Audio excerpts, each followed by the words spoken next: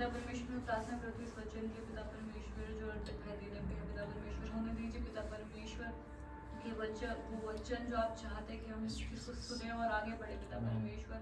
अर्पित भाई के मुंह का आप इस्तेमाल करें पिता परमेश्वर और सच में पिता परमेश्वर वो वचन सुन करके हम अपने जीवन में पिता परमेश्वर आगे बढ़ने पाए मेरे मान पिता परमेश्वर, आत्मिक रूप से बढ़ने पाए पिता परमेश्वर। पिता परमेश्वर हर चीज को मैं आपके हाथ में सौंप देती हूँ पिता परमेश्वर और खास तौर से पिता परमेश्वर जो वचन आया है उसको आपके हाथों में सौंपती हूँ और इस प्रार्थना को प्रभु यीशु मसीह के नाम से मांगती हूँ, आमीन आमीन। आइए हम परमेश्वर के वचन से हम निकालेंगे इब्रानियों की किताब और उसका 10वां अध्याय हम निकालेंगे और उसका हम जो है 23वां पद हम पढ़ेंगे। Book of Hebrews chapter 10 versus 23 हम पढ़ेंगे।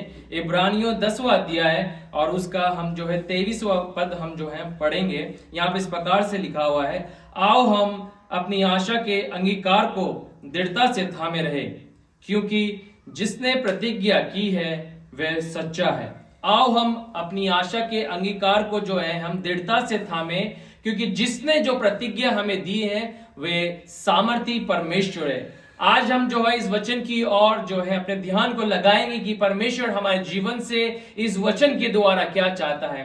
मैं आपको बताना चाहता हूं कि संसार में जो है आज बहुत सारे लोग जो है आशाहीन जीवन को जी रहे हैं, जिनके पास कोई आशा है ही नहीं, जिनके पास चंगाई की आशा नहीं है, जिनके पास प्रोत्साहन की आशा नहीं है, जिनके पास नौकरी की आशा नहीं है, जिनके पास जो है पारिवारिक समस्या जिनके पास है, समस्या से वे जूझ रहे हैं, संघर्ष कर रहे हैं, आर्थिक समस्याओं से वे संघर्ष कर रहे हैं, मगर उनके पास कोई आशा पहुंचाने वाला कोई जन नहीं है।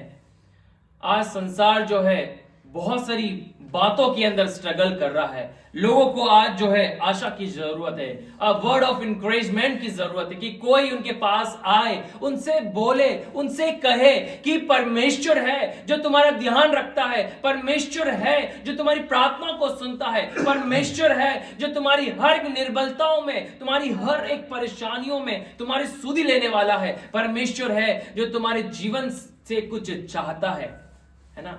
आज लोग जो है आशा की बाट जो रहे हैं, एक होप की बाट जो रहे हैं, और इस वचन में दिया गया आओ हम अपनी आशा के अंगीकार को दृढ़ता से थामे, है ना। यहां पे जो है परमेश्वर की आत्मा जो है कलीसिया को जो है एक वचन दे रही है, वचन को पहुंचा रही है कि अपने आशा के अंगीकार को हमें क्या है दृढ़ता से थामना है। आशा को दृढ़ता से हमें क्या है थामना है। कलीसिया को परमेश्वर की आत्मा प्रोत्साहित कर रही है अपने आशा को दृढ़ता से थामे। और इस संसार को जो है सबसे ज्यादा जो जरूरत है वो एक आशा की है, एक होप की है, एक वर्ड ऑफ इंकरेजमेंट की है। कोई उनके पास जाए, उनसे कुछ बोले, नहीं आप अकेले नहीं हो, परमेश्वर आपके साथ है। आज ऐसे बहुत सारे लोग हैं जो अकेलेपन से संघर्ष कर रहे हैं, बहुत सारे ऐसे लोग हैं जो दुखी हैं, दुख से छलनी हो चुके हैं। कोई उनके पास जाए, उनके कंधे पे हाथ रखे और उनसे बोले नहीं परमेश्वर तुमसे प्रेम करता है, बहन तुमसे परमेश्वर जो है प्रेम करता है, भाई तुमसे परमेश्वर प्रेम करता है, प्रभु की योजना तुम्हारे लिए है। आज बहुत सारे सुसाइडल जो है केसेस बढ़ते चले जा रहे हैं। क्यों बढ़ रहे हैं? क्योंकि कोई व्यक्ति उनके पास नहीं पहुंचा जो इस बात को उनसे कह सके, बोल सके कि नहीं परमेश्वर है जो तुम्हारी निर्बल परिस्थितियों में तुम्हें बलवंत कर सकता है, तुम्हारे संकट में, तुम्हारे दुखों में तुम्हारी सुधि ले सकता है। तुम्हारे को ये कदम उठाने की आवश्यकता नहीं है। अगर कोई उनके पास जाता तो शायद जो है वे कभी इस प्रकार का निर्णय नहीं लेते। बट हम देखते हैं, खबरों में सुनते हैं कि बहुत सारे लोग जो है आज के समय में बहुत सारे टीवी एक्टर्स, फिल्म स्टार्स जो हैं सुसाइड क्यों कर रहे हैं, क्यों ऐसे केसेस बढ़ रहे हैं। बीते दिन एक टीवी एक्ट्रेस ने जो है सुसाइड कर लिया। क्यों कर लिया? क्या कारण है? किसी बात की कमी उसको नहीं थी, किसी पैसे की कमी नहीं थी, फेम की कमी नहीं थी, मगर क्या कारण रहा? कोई उसके पास जाके उसको बोलने वाला नहीं था, एक आशा पहुंचाने वाला नहीं था कि नहीं परमेश्वर तुमसे प्रेम करता है। अगर तुम अकेले हो मगर फिर भी परमेश्वर तुम्हारे साथ है। तो आज हमारा जो ध्यान जो रहेगा वो रहेगा आशा के ऊपर, और आने वाले 2 संडे जो है हम इसी पद के ऊपर अध्ययन करने वाले हैं कि हम जो है किस प्रकार से आशा को दृढ़ता से थामे, आशा क्या है, आशा कहां से मिलती है और हमारे आधार क्या है आशा को थामने का। ये 4 पॉइंट्स जो हैं, ये 4 बिंदु जो हैं हम आने वाले समय में इन बातों को हम कवर करेंगे।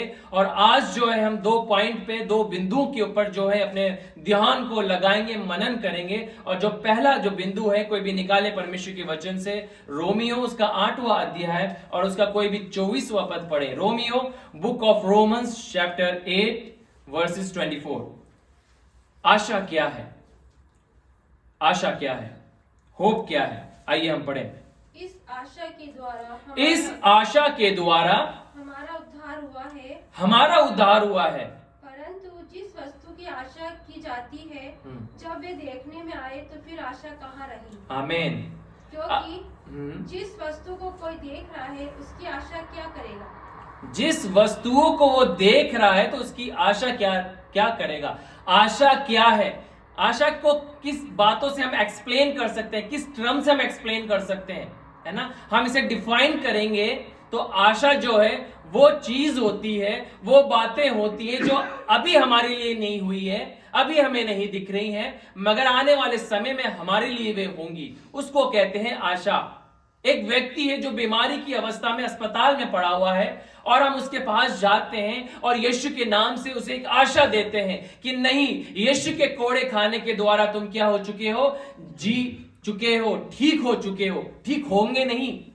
अगर हम पढ़ेंगे परमेश्वर के वचन में, नए नियम में, तो वहां पे पतरस के द्वारा कहलवाया गया है, लिखवाया गया है पवित्र आत्मा के द्वारा कि यीशु के कोड़े खाने के द्वारा तुम क्या हो गए हो? चंगे हो गए हो। चंगे होंगे नहीं, चंगे हो गए हो, है ना? और ये वर्ड जो है, ये होप का जो एक आशा का जो ये वचन है, जब हम उस व्यक्ति के पास जाके हम बोलेंगे जो बीमारी की अवस्था में अस्पताल में पड़ा हुआ है, मृत्यु से जूझ रहा है, संघर्ष कर रहा है, तकलीफ में पड़ा हुआ है, जब हम उसे एक आशा देंगे, नहीं, यीशु के द्वारा तुम ठीक हो चुके हो, है ना?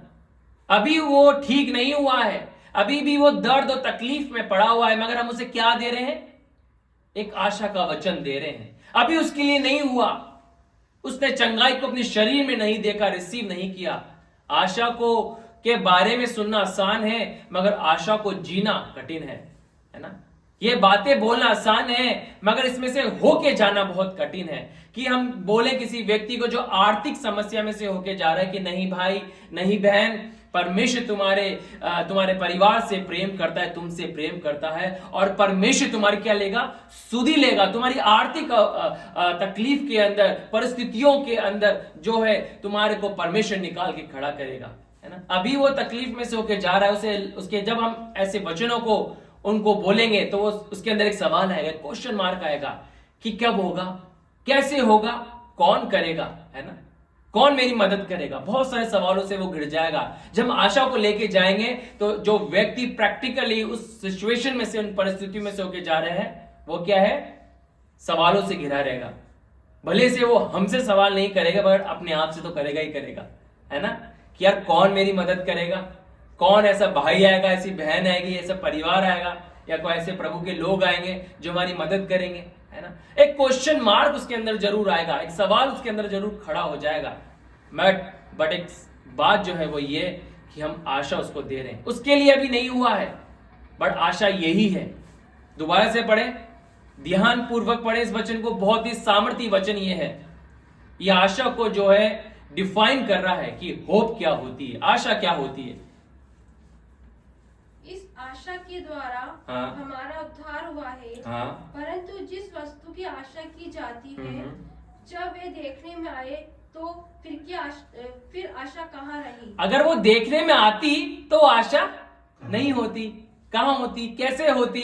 बट वो हुई नहीं है, इसलिए तो उसे आशा कहा गया है, होप कहा गया है, कि उस व्यक्ति के लिए नहीं हुई है, उसके लिए ये बातें घटी नहीं है, मगर क्या है? एक वचन उसके पास पहुंच गया, एक वर्ड उसके पास पहुंच गया, इंकरेजमेंट का एक शब्द उसके पास आ गया, है ना? आगे क्या लिखा है? क्योंकि जिस वस्तु को कोई देख रहा है उसकी आशा क्या करेगा? जिस वस्तु को वो देख रहा है उसकी आशा क्या करेगा, है ना। इब्राहिम के जीवन से हम इस बात को देख सकते हैं। निकाले परमेश्वर के वचन को, उत्पत्ति हम निकालेंगे और उसका 12वां अध्याय हम निकालेंगे और इस वचन को हमने कई बार स्टडी किया है, मेडिटेट भी किया है, बहुत सारे प्रचारकों के द्वारा भी सुना है कि परमेश्वर जो है इब्राहिम को एक सामर्थ्य बुलाहट परमेश्वर देता है। दूसरे पद से पढ़ना आरंभ करें। और मैं तुझसे एक बड़ी जाति बनाऊंगा। हाँ, परमेश्वर जो है इब्राहिम को एक प्रतिज्ञा दे रहा है, एक आशा के एक वचन दे रहा है कि मैं तुझसे क्या है, एक बड़ी जाति बनाऊंगा, बड़ी जाति में तुझसे बनवाऊंगा और तुझे आशीष दूंगा, और तुझे मैं आशीष दूंगा, और तेरा नाम महान करूंगा, और तेरा नाम बहुत ही महान कर दूंगा, और तू आशीष का मूल होगा, और तू आशीष का मूल कारण बन जाएगा। जो तुझे आशीर्वाद दे उन्हें मैं आशीष दूंगा, जो तुझे आशीर्वाद दे मैं उन्हें आशीष दूंगा, और जो तुझे कोसे मैं उसे श्राप दूंगा, जो तुझे कोसेगा मैं उसे श्राप दूंगा, और भूमंडल के सारे कुल तेरे द्वारा आशीष पाएंगे। भूमंडल के सारे कुल जो हैं, लोग जो हैं, तेरे द्वारा जो है आशीषित होंगे। इब्राहिम ने इन वचनों को जब प्राप्त किया, उसकी परिस्थिति जो है एक साधारण सी परिस्थितियां थी, एक साधारण सा मनुष्य वे था, मगर परमेश्वर ने उसे एक आशा दी, एक वचन परमेश्वर ने उसे दिया, है ना।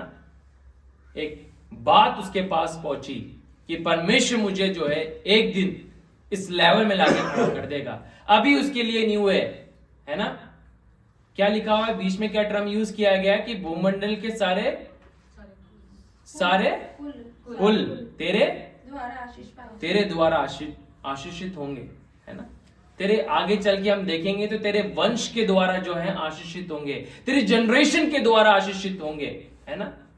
इब्राहिम के लिए अभी इस बात को बिलीव करना बहुत कठिन था। क्यों था? क्योंकि इब्राहिम की कोई संतान ही नहीं थी। तो कैसे उसकी जनरेशन जो है लोगों के लिए आशीष का कारण बन जाएगी, कैसे लोगों के लिए उद्धार का कारण बन जाएगी? उसकी स्वयं की तो कोई संतान ही नहीं थी। कैसे परमेश्वर बोल रहा है? मगर इब्राहिम ने क्या किया? उस आशा के वचन को सुना, है ना। एक दिन परमेश्वर इब्राहिम को जो है, अगर आगे चल के हम अध्याय को पढ़ेंगे तो इब्राहिम को परमेश्वर कहते हैं कि अपने तंबू में से बाहर निकल कर आ, और तंबू में से बाहर निकल के आने के लिए परमेश्वर से कहते हैं, और कहते हैं कि अपने नजरों को कहां लगा? आकाश की ओर लगा। क्या तू इन तारों को तू गिन सकता है? इब्राहिम क्या बोलता है? मैं नहीं गिन सकता हूं। तो परमेश्वर क्या उसे बोलता है? तेरी संतानें इस प्रकार से होंगी, तेरा वंश जो है इस प्रकार से होगा। परमेश्वर उसे दिखा रहा है, एक आशा परमेश्वर उसे दे रहा है ना। एक वचन परमेश्वर उसे दे रहा है, उसके लिए अभी हुआ ही नहीं, है ना। मगर प्रभु से क्या दे रहा है? एक वर्ड ऑफ होप दे रहा है ना। ये आशा है, अभी हमारे लिए नहीं हुआ। आपको परमेश्वर ने क्या कहा है? क्या आपको याद है कि परमेश्वर ने आपको क्या कहा? परमेश्वर ने क्या वायदे आपसे करे? आज आपकी परिस्थिति कैसी है? क्या वो मैच हो रही है आपके वायदों से, आपके दर्शन से, आपकी बुलाहट से, आपकी कॉलिंग से? क्या वो बातें जो है मैच हो रही है, नहीं हो रही हैं? कई बार वो मैच नहीं होती हैं, कई बार बिल्कुल अपोजिट होता है कि परमेश्वर ने हमें सामर्थ्य होने के लिए बुलाया है, मगर हम निर्बलता में जीवन को जी रहे हैं। मगर हम देखते हैं प्रभु क्या कहता है कि तेरी निर्बलता में, पौलुस क्या बोलता है? जब मैं निर्बल होता हूं तभी मैं सामर्थ्य और बलवंत में हो जाता हूं।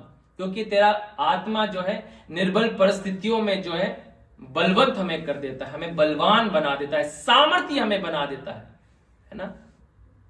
यह है परमेश्वर के वायदे। कई बार हम अपनी जीवन की परिस्थितियों से जो है अपने वायदों को अगर हम कंपेयर करेंगे, आशा के उन वचनों को कंपेयर करेंगे, तो हम बिल्कुल अपोजिट ही देखेंगे कि यार अभी तक तो हमारे लिए कुछ नहीं हुआ, है ना। परमेश्वर ने कहा कि स्थान पे तू जा, वे स्थान में तुझे दे दूंगा।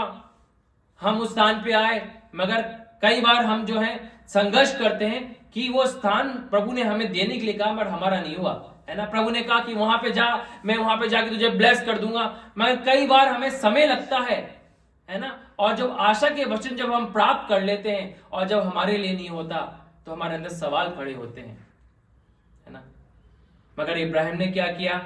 आशा के वचन को दृढ़ता से थामे रहा। दृढ़ता से थामे रहने को हम सीखेंगे आने वाले रविवार में। बट जो आज हमारा जो ध्यान जो है वो केवल 2 बातों में है। और पहली बात जो हम सीख रहे हैं वो ये है कि आशा क्या है, यानी कि आशा हम उस बात की कर रहे हैं जो अभी हमारे लिए नहीं हुआ। आज आपके जीवन में क्या ऐसी बातें हैं, क्या ऐसी आशा है जो आपके लिए नहीं हुई? क्या ऐसी बातें हैं जो आपके लिए नहीं हुई? प्रभु कहता है मैं उन्हें पूरी करके दिखाऊंगा। ये परमेश्वर के वायदे हैं। परमेश्वर सामर्थ्य हमारा परमेश्वर है। अभी हमारे लिए नहीं हुआ, हमारे लिए नहीं घटा, हमने उसे नहीं देखा, हमने उसे प्राप्त नहीं किया, मगर हम क्या है, हमारे पास एक आशा है कि वो हमारे लिए होगा, है ना। हुआ नहीं है मगर क्या है, होगा। ये हमारी आशा है ना? तो आशा किस बात को कह सकते हैं? जो अभी हमारे लिए अभी नहीं हुई है। प्रेज गॉड, अभी हमारे लिए नहीं हुई, तभी तो हम विश्वास करते हैं। विश्वास की परिभाषा क्या है? आइए पढ़े विश्वास की परिभाषा क्या है। इब्रानियों 11वां अध्याय हम निकालेंगे, उसका पहले ही पद पढ़े। कितना सुंदर वचन दिया गया है। और विश्वास की परिभाषा जो है पूरे बाइबल में इस पद में पाई जाती है। देखिए पहला पद, अब विश्वास आशा की हुई वस्तुओं का निश्चय और अनदेखी वस्तुओं का प्रमाण। हाँ, अब विश्वास आशा की हुई वस्तुओं का निश्चय, आशा की हुई वस्तुओं का निश्चय, यानी कि एक आशा हमें मिली। इब्राहिम को आशा मिली, है ना। दाऊद को एक आशा मिली, दानियल को एक आशा मिली। परमेश्वर के जितने भी दास और दासी, सेवक और सेविका इन हजारों सालों के अंदर हुए, प्रभु ने उन्हें एक आशा दी। और उन्होंने क्या किया? उस आशा को विश्वास में कैसे तब्दील किया? उन्होंने दृढ़ निश्चय रखा, है ना। क्या करा? अब विश्वास आशा की हुई वस्तुओं का निश्चय और अनदेखी वस्तुओं का प्रमाण है। अनदेखी वस्तुओं का प्रमाण है, अभी हमारे लिए हुई नहीं है। दोबारा एक और पद पढ़े, निकाले। बहुत ही जबरदस्त वचन ये है। रोमियो उसका 4वां अध्याय हम निकालेंगे, उसका 17-18 पद कोई पढ़े। Book of Romans chapter 4 versus 17 and 18 हम पढ़ेंगे।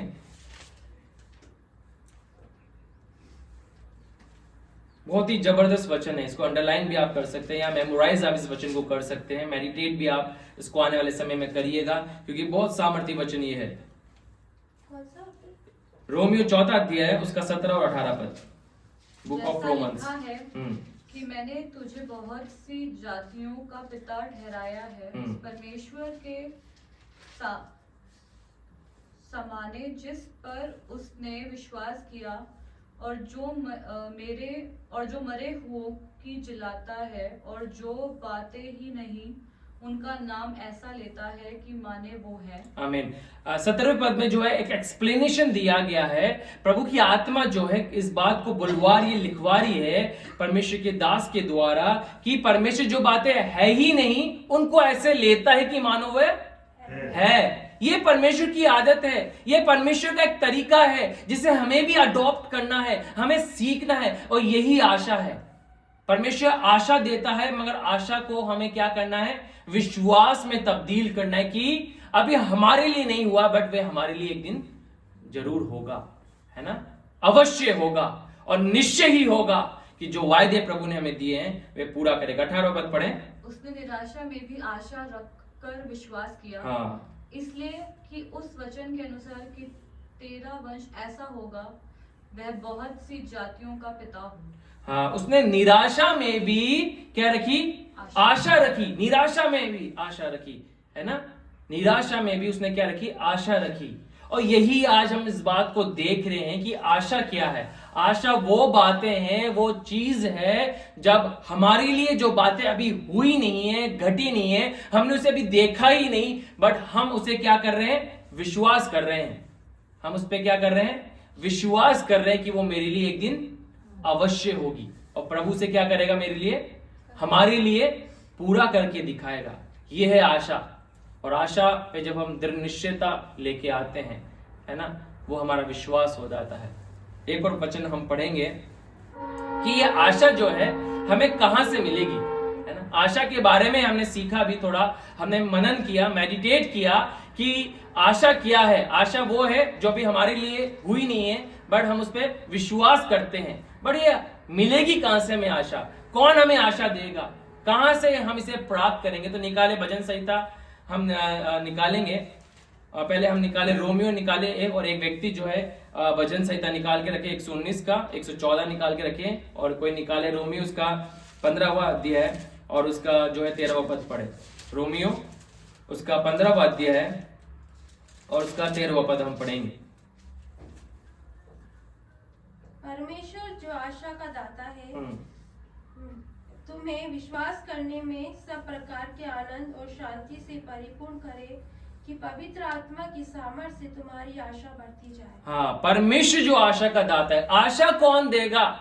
कोई मनुष्य हमें सच्ची आशा नहीं दे सकता है, सच्ची होप नहीं दे सकता है। अगर हम मनुष्य के भरोसे जीवन जी रहे हैं तो हम निश्चय ही, मैं बताना चाहता हूं कि हम एक दिन निराश हो जाएंगे। मगर हमारा आशा का आधार अगर परमेश्वर है, क्योंकि लिखा हुआ है प्रभु के वचन में, परमेश्वर जो आशा का दाता है ना? कौन है परमेश्वर? आशा का दाता है। उससे ही हमें जो है आशा मिली है, वो हमें होप देता है ना? हम किसके पास जाए?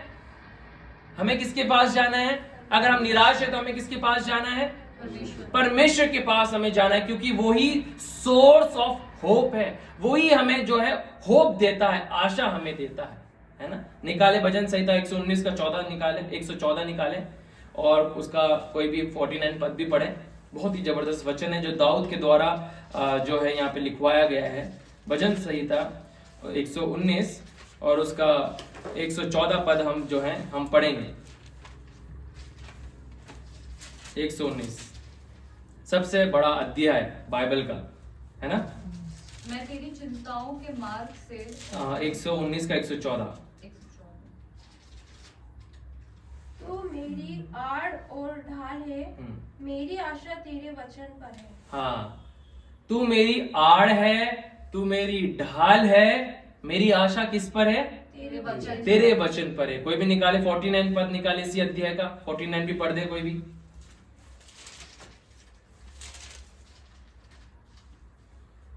जो वचन तूने अपने दास को दिया है उसे स्मरण कर, क्योंकि तूने मुझे आशा दी है। तूने मुझे आशा दी है ना? दाऊद यहाँ पे बोल रहा है कि जो वचन तूने मुझे दिए हैं उसके द्वारा मुझे क्या मिला है?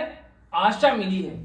कई बार हम सोचेंगे कि हमारे पास एक क्वेश्चन आता है, एक सवाल आता है कि हम आशा को कैसे हम प्राप्त करें, या मनुष्य के पास एक सवाल आता है कि मुझे परमेश्वर की बातें मुझे कहां से मिलेगी। तो सर्वप्रथम परमेश्वर की बातें प्रभु के कहां से मिलेगी? वचन से ही मिलेगी। प्रभु का वचन ही असली स्रोत है, सोर्स है, जहां से हमें परमेश्वर के वायदे हमें मिलेंगे, होप हमें मिलेगी। और परमेश्वर हमें क्या देता है? आशा हमें देता है। प्रभु हमें कहता है जो वचन तूने अपने दास को दिया है उसे स्मरण कर। दाऊद कहता है तूने वायदे मुझे कहे हैं, तूने बातें मुझ पे प्रकट करी है, उन्हें क्या कर? उन्हें स्मरण कर। खुदा उन्हें कहता है उन्हें स्मरण कर, क्योंकि दाऊद बहुत सारी परिस्थितियों में सो के गया, है ना? परमेश्वर ने से क्या कहा कि तू राजा होगा। मगर दाऊद एकदम से राजा नहीं बन गया, एक दिन में राजा नहीं बन गया। परमेश्वर ने उसे तो उसी क्षण उसी समय राजा घोषित कर दिया था, मगर लोगों ने उसे एक्सेप्ट नहीं किया, है ना? उसको एक्सेप्ट करने में कितने साल लगे आपको पता है? 12 से 13 साल लगे उसको उस लेवल पे आने के लिए। 12 से 13 साल वो संघर्ष करता ही रहा, है ना? परमेश्वर के वायदों को देखने के लिए, परमेश्वर की बुलाहट को अब जीने के लिए वो क्या है? संघर्ष करता रहा। जंगलों में भागता रहा, जंगलों में छुपता रहा, गुफाओं में छुपता रहा, लोगों से भागता रहा। कभी शाऊल से भाग रहा है, कभी किससे भाग रहा है, लोगों से बच रहा है। पागल होने की वो क्या कर रहा है? एक्टिंग भी कर रहा है ना? लाल भी टपका रहा है ना? वचन में लिखा हुआ है सारी बातें। दाऊद का जो जीवन इस तरह से क्या हो गया था? तकलीफ में हो गया था। बट वो क्या बोल रहे हैं? तकलीफों में भी अपने वचन को स्मरण कर। खुदा अपने वायदे को स्मरण कर। वो उसकी आशा का आधार था। खुदा के वचन जो थे उसका आधार जो था आशा का, वो खुदा के वचन थे, परमेश्वर के वायदे थे। और वो क्या बोलता था इन परिस्थितियों में जब वो जीता था कि खुदा आज जिन हालातों में मैं जी रहा हूं, मैं शाऊल से बार बार भाग रहा हूं, वो मेरे प्राण के पीछे लगा हुआ है, वो मुझे घात करना चाहता है, मुझे मारना चाहता है। कई बार परमेश्वर ने उसे मौका भी दिया कि दाऊद जो है शाऊल को मार दे, मगर दाऊद ने शाऊल को के ऊपर अपनी तलवार को नहीं चलाया, है ना? मौके थे उसके पास मारने का, मगर दाऊद ने नहीं मारा। यह है अभिषिक्त व्यक्ति की पहचान, कि उसके पास मौके होते हैं क्या, खंजर मारने के, किसी को हर्ट करने के, बट वो क्या करता है, जाने देता, कोई बात नहीं यार। The battles belongs to God. लड़ाई किसकी है, परमेश्वर की है, परमेश्वर के हाथों में छोड़ दो, है ना। और दाऊद ने परमेश्वर के हाथों में छोड़ दिया और कहता था, खुदा अपने वायदे को स्मरण कर प्रभु, मैं अपने हाथों से बदला नहीं लेना चाहता, अपनी तलवार से बदला नहीं लेना चाहता, अपने बल से, अपनी स्ट्रेंथ से बदला नहीं लेना चाहता, मगर मैं तेरे वचन के आधार पे तेरे ऊपर अपनी आशा को लगाए हुए हूं और इस बात को मैं अंगीकार करता हूं, बोलता हूं, कहता हूं कि खुदा तू उन बातों को पूरा कर जो तूने मुझे दिए हैं। तूने कहा कि तू मुझे राजा बनाएगा और तू मुझे राजा बनाएगा प्रभु, और मैं बनूंगा परमेश्वर, है ना। इस सामर्थी वचन है कि हम इस बात को देख सकते हैं कि हमें आशा कहां से मिलेगी। कई बार हम मसीह लोग भी निराश हो जाते हैं, खुदा के वायदों को पढ़ते हुए भी, खुदा के वायदों को सुनते हुए भी निराश हो जाते हैं। मगर प्रभु आज इन वचनों के द्वारा हमारे ध्यान को बार बार आकर्षित करता है इस ओर कि हमें कहां लौट के आना है, खुदा के चरणों में ही लौट के आना है, क्योंकि हमारी आशा जो है परमेश्वर के वचन के द्वारा ही हमें मिल सकती है और पूरी हो सकती है। कोई मनुष्य हमारे लिए उन बातों को पूरा नहीं करेगा जो प्रभु ने हमें दी हैं, मगर परमेश्वर की बातें परमेश्वर ही पूरा करके दिखाएगा, है ना। कोई मनुष्य हमारे लिए नहीं कर सकता। ये परमेश्वर के काम है, प्रभु के तरीके हैं, ये प्रभु के वायदे हैं जो परमेश्वर ही ने क्या है, पूरी कर सकता है, और वह हमारे जीवन में जो है अवश्य पूरी करके वे क्या है, दिखाएगा। तो आज परमेश्वर हमारे जीवन से इस बात को चाहता है, कहता है कि मेरे वचन की ओर लौट के आओ, मेरे चरणों में लौट के आओ, है ना। कई बार आज के समय में हम इस बात को कॉमनली पाते हैं कि हम जब निराश होते हैं ना, मैंने बहुत सारे लोगों के जीवन में इस बात को देख चुका हूं मैं, और मैं एक अनुभव के आधार पर इस बात को बोल रहा हूं, क्योंकि बहुत सारे लोगों की जब मैं काउंसलिंग करता हूं, जब मैं फोन मुझे करते हैं, मैं उनसे कई बार एक सवाल को करता हूं कि जब आप निराश होते हैं तो सबसे पहला काम क्या करते हैं, तो उनका एक जवाब होता है कि हम है ना इंटरनेट पे जाते हैं, है ना, और इंटरनेट पे जाके हम इंस्टाग्राम को देखते हैं, हम व्हाट्सएप स्टेटस को देखते हैं, हम क्या करते हैं, फेसबुक को खोल लेते हैं और हम क्या करते हैं, रील्स को देखने लग जाते हैं। और क्या है, जब हमारा मूड स्विंग होता है, हमारा मूड खराब होता है, तो हमारे मूड को वहां से हम क्या करने की कोशिश करते हैं, रिन्यू करने की कोशिश करते हैं, है ना, ताजगी पाने की कोशिश हम करते हैं। और यही सबसे बड़ी मिस्टेक आज के समय के लोग और जवान लोग कर रहे हैं। क्या कर रहे हैं, आशा को कहां पे ढूंढ रहे हैं, संसार में।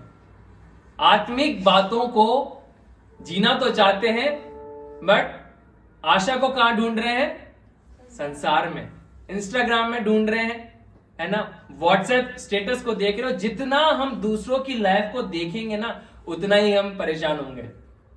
ये मैं सही बता रहा हूं आपको। जितना हम दूसरों की लाइफ को देखेंगे, यार उसके पास एक कार आ गई, मेरे पास तो अभी यही कार है ना, यार उसकी जॉब वहां पर लग गई, इतने सैलरी उसकी बढ़ गई, मैं तो आज भी यहीं पर काम कर रहा हूं। जब भी हम दूसरों के जीवन से अपनी तुलना करेंगे, हम क्या होंगे, निराश होंगे।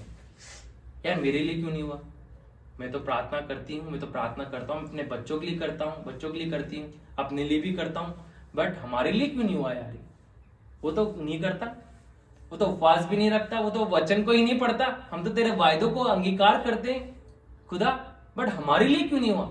ये सवाल क्यों आया, क्योंकि हमने क्या करा, हमने बाइबल खोलने की जगह हमने क्या खोल लिया, मोबाइल खोल के फेसबुक को चलाना चालू कर दिया। लोगों के जीवन में क्या हो रहा है आजकल, ये सबसे बड़ा शैतान के हथियार भी है, जहां एट द सेम टाइम इसको हम परमेश्वर के लिए इस्तेमाल कर सकते हैं ना, एट द सेम टाइम शैतान भी इसे इस्तेमाल करता है लोगों को भटकाने के लिए, उनके जीवन के अंदर डाउट लाने के लिए। और जहां उन्हें बाइबल खोलनी चाहिए, वो क्या खोलते हैं, मोबाइल खोलते हैं और इंस्टाग्राम को देखने लग जाते हैं, रील्स को देखने लग जाते हैं, थोड़ा देर हंस लेते हैं, हंसी मजाक के वीडियोस भी देख लेते हैं, थोड़ी हंसी भी आ जाती है और फिर वापस से रोने लग जाते हैं। जैसे ही मोबाइल की बैटरी डिस्चार्ज होती है, कम होने लगती है, जैसे हम उसे चार्जर से कनेक्ट करते हैं और मोबाइल हमारे सामने से दूर चला जाता है, फिर से हम जो है शून्य पे आगे खड़े हो जाते हैं। ऐसे क्यों हो रहा है आज, है ना, ये उतार चढ़ाव क्यों आ रहा है आज के समय में, क्यों आ रहा है, क्योंकि हमने क्या करना आरंभ कर दिया, हमने प्रभु के वचन की द्वारा जो हमें आशा मिलती, अनंत आशा, सामर्थ्य आशा, उसकी ओर हमने अपने ध्यान को हटा लिया और हमने ध्यान को हमने संसार की ओर लगा लिया, संसारिक वस्तुओं की ओर लगा लिया, संसारिक रीति रिवाजों की ओर लगा लिया। और जहां लोग जो हैं परमेश्वर के वचन से अपने ध्यान को हटा के इस संसार की ओर लगाएंगे, देखेंगे, तो क्या होंगे, निराशी होंगे, हताश होंगे और परेशान हो जाएंगे कि हमारे लिए क्यों नहीं हो रहा खुदा, उसके जीवन में तो हो रहा है ना, उसके लिए तो सब कुछ हो रहा है, बट हमारे लिए कुछ नहीं हो रहा, हम तो वहीं की वहीं है।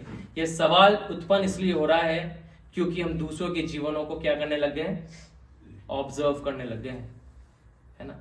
मेरी आदत मैं बता रहा हूं, मैं ये नहीं कह रहा कि मुझे फॉलो करें, बट मेरी एक आदत है, कई सालों से एक आदत मैंने डेवलप करी है, और ये कि मैं कभी भी किसी के व्हाट्सएप स्टेटस को या किसी की स्टोरीज को नहीं देखता हूँ कि उसके जीवन में क्या हो रहा है, वो क्या कर रहा है। मेरी आदत ही नहीं है। मैं ये नहीं कह रहा कि आप भी ऐसा करें या देखना गलत है, मैं ये भी नहीं कह रहा कि देखना गलत है, मैं ये नहीं कह रहा, बट मैं जो बताना चाहता हूँ वो ये, अगर देखता भी हूँ तो एक सही मानसिकता के साथ देख रहा हूँ कि प्रभु तू उसके जीवन में महान काम कर रहा है तो हमारे जीवन में भी कर सकता है। मैं ये सवाल को अपने अंदर लेके आता हूँ कि अगर तू उसके लिए कर सकता है तो मेरे लिए भी करेगा, और तू अवश्य करेगा प्रभु।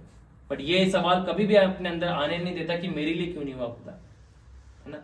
इसलिए मैं बहुत कम होता है कि मैं किसी के स्टेटस को मैं देखता हूँ व्हाट्सएप के ऊपर, इसलिए नहीं देखता क्योंकि मुझे पता है कि शैतान जो है हमारे जीवन पर अटैक करेगा। जब हम विशेषकर जब नहीं देखता हूं, जब मैं खुद संघर्ष कर रहा होता हूं उन्हीं बातों के लिए जिनमें दूसरे लोग आशीषित होते हैं, तो मैं कम से कम देखने की कोशिश करता हूं इस बात को, क्योंकि मुझे पता है कि शैतान आपको डिस्ट्रैक्ट करेगा ही करेगा। इससे सर्वप्रथम सबसे बढ़िया काम क्या है, खुदा के चरणों में बैठ के उसके वचन को पढ़ना।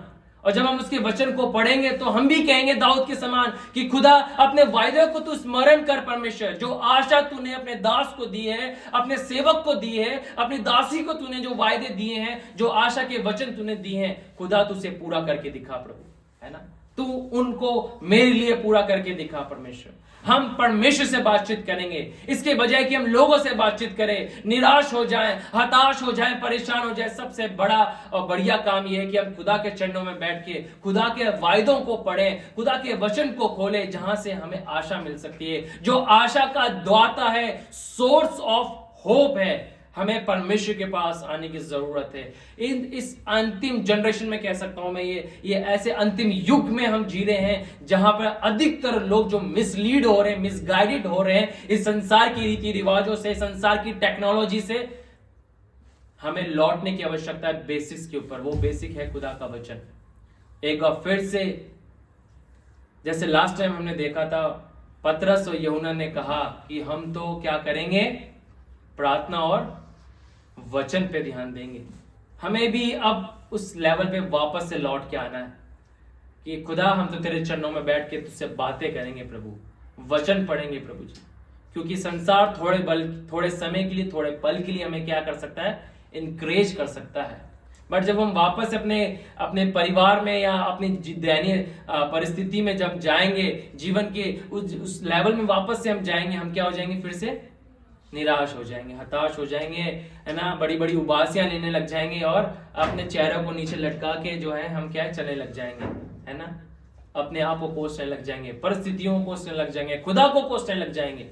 मगर सबसे बढ़िया काम यह है कि एक बार फिर से हमें परमेश्वर के पास आने की आवश्यकता है और दाऊद के समान हमें कहने की आवश्यकता है कि खुदा अपने वचन को स्मरण कर, इसी के द्वारा हमें आशा मिली है। आकाश और पृथ्वी टल जाएगी मगर तेरे वायदे जो तूने इस वचन में करे हैं, दिए हैं, जो तूने हमसे बोले हैं, वो कभी भी नहीं टलेंगे। कलीसिया को तूने कहा यीशु मसीह कि जगत की अंत तक में तो सदैव मैं तुम्हारे साथ हूं, मैं तुम्हें कभी नहीं छोड़ूंगा, मैं तुम्हें कभी नहीं त्यागूंगा। तुम्हारी दूध पिलाती माता तुम्हें छोड़ सकती है मगर मैं तुम्हें कभी नहीं छोड़ूंगा। ये वायदे हैं परमेश्वर के, और इन वायदों पे जब हम अपने ट्रस्ट को, अपने विश्वास को लेके आते हैं, अपने भरोसे को लेके आते हैं, इन आशा के वचनों पे जब हम उसे अंगीकार करते हैं तो हमारा जीवन का लेवल वापस से बढ़ता है और हमें क्या मिलती है, एक सामर्थ हमें मिलती है इन परिस्थितियों के ऊपर हमें विजयी जीवन को जीने के लिए।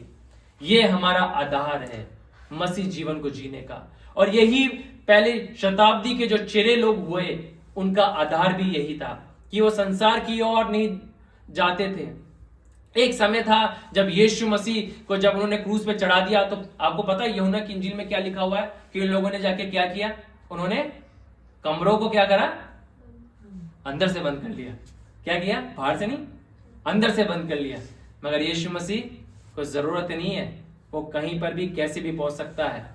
ये वो शरीर यीशु मसीह ने प्राप्त कर लिया था और यीशु मसीह उनके मध्य में, उनके बीच में उपस्थित हो गया, है ना।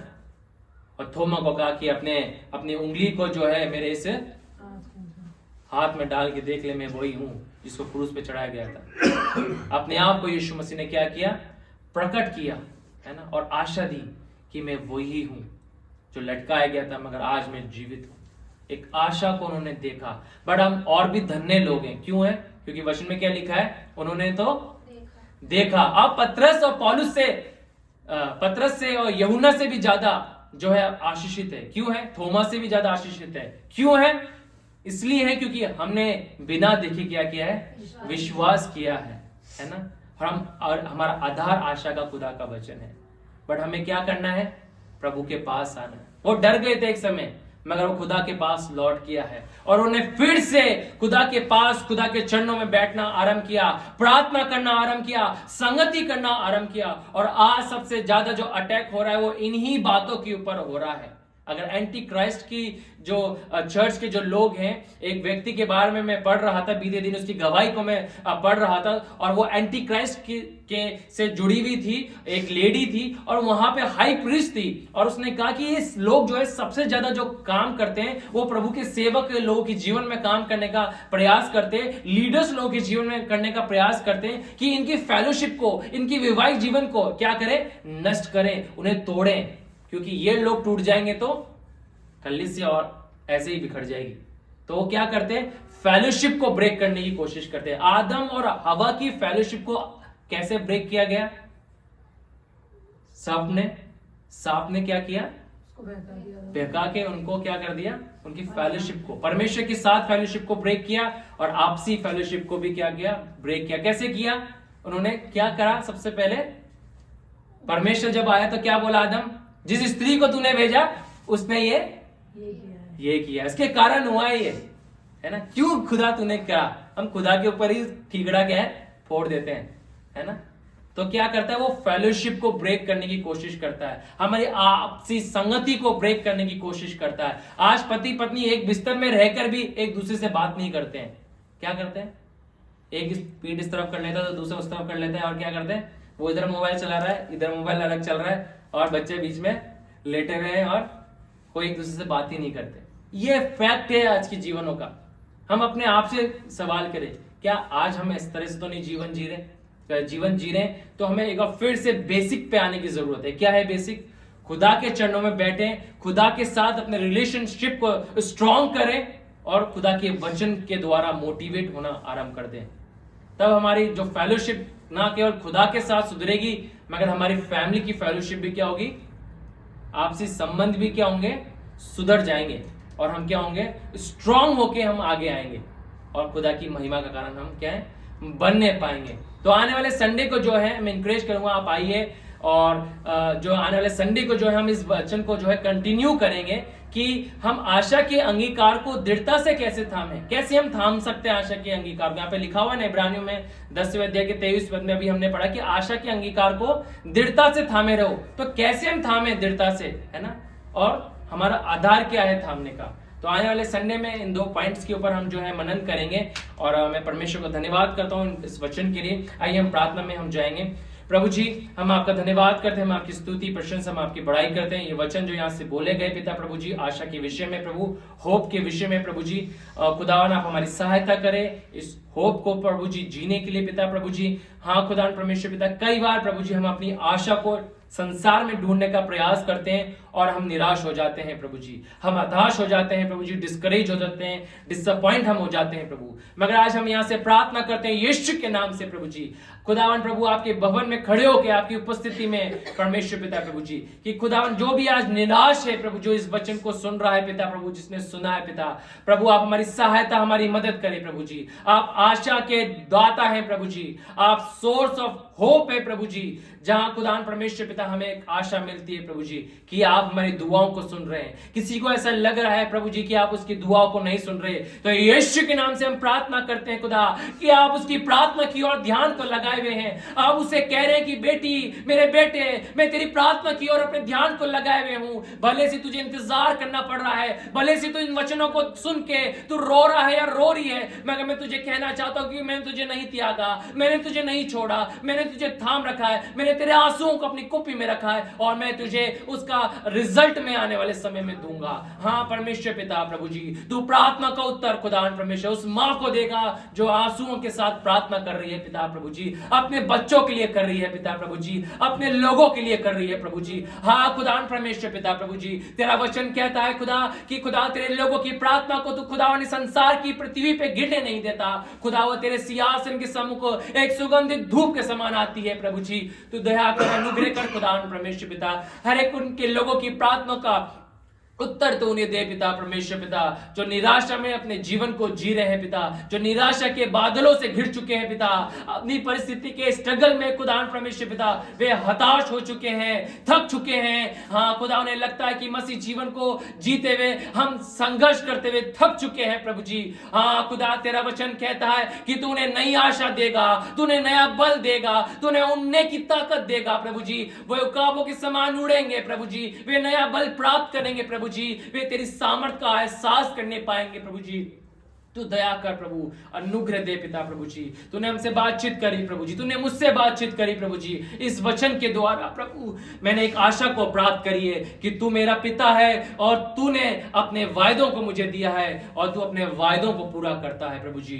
99% नहीं, 100% पूरा करता है प्रभु जी। हम तेरा धन्यवाद करते हैं प्रभु जी। हाँ पिता प्रभु जी, तेरी स्तुति करते हैं पिता प्रभु जी। आज अगर हमारे मन खुदा तेरे से दूर है पिता, अगर आज हम प्रभु तुझसे दूर है पिता प्रभु जी, हाँ खुदा तेरे भवन में होके भी तेरे चरणों में खुदा नहीं आ पाते प्रभु जी, तो प्रभु जी तुझसे प्रार्थना करते हैं पिता, हमारी तुझ सहायता कर पिता, कि हमारा ध्यान प्रभु तेरे वचन की ओर फिर जाए और दाऊद के समान हम कह सकें कि अपने वचनों को स्मरण कर दो।